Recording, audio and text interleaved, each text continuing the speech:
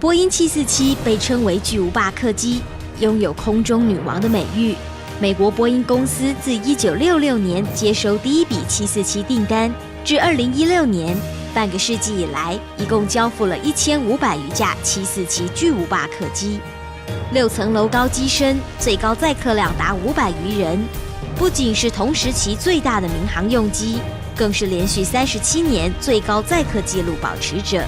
独特的前端双层客舱设计是航空界辨识度最高的明星机种。747-400于1989年首飞以来，更以超越13000公里的续航力缩小了世界的距离，成为长程航线最热门的机种。1989年，由长荣集团创办人张荣发先生成立长荣航空。同年10月6日，向美国波音公司及麦克唐纳道格拉斯签订购买26架飞机合约，其中8架为波音747-400。1992年11月2日，长荣航空第1、2架波音747-400客机与西雅图波音公司交机，创办人张荣发特地前往美国接机，新机于11月24日飞抵台湾。同年12月12日，开辟台北洛杉矶航线，奠定长荣航空全球飞航网络布局的基础，成就今日长荣航空发展为由台北直飞北美航班最密集的航空公司。长荣航空共计引进7架747-400全客机、8架747-400空比客货机、3架747-400货机，为长荣航空草创时期长程航线的主力机队。长荣航空747-400客机首创经济豪华舱配置，为舒适的乘坐空间与机位票价找到完美平衡点，并引领了航空界的施法潮流，让台湾飞向世界，也让世界看见台湾。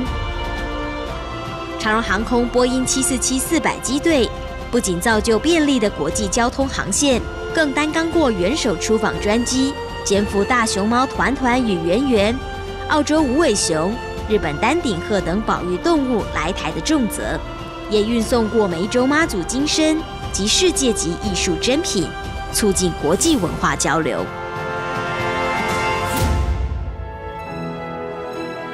25年来，波音747-400与长荣航空一起创下许多台湾航空史的辉煌纪录。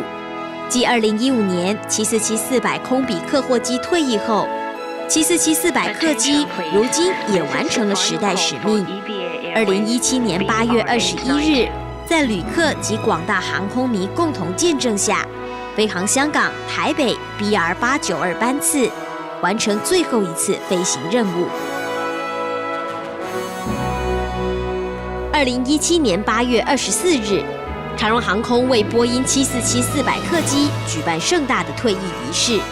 现场超过500位各界代表、各部门员工及航空迷一起欢送747-400，在不舍中画下光荣的休止符。谢谢波音747-400陪伴长荣航空从发机起家，创造历史，一路以来并肩奋斗。长荣航空将继续传承坚持不妥协的飞行安全与扎实卓越的维修技术，升级再超越，迎向未来，飞扬国际。